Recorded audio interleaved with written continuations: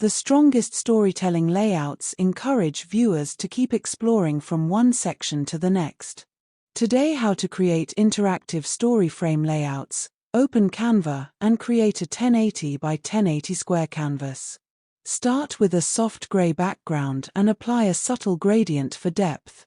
Insert 5 rectangular frames and arrange them in a smooth visual pathway across the canvas.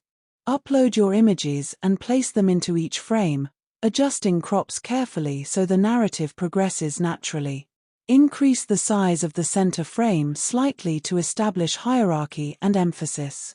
Add thin connecting lines between the frames and lower their opacity to keep them understated. Apply soft shadows and reduce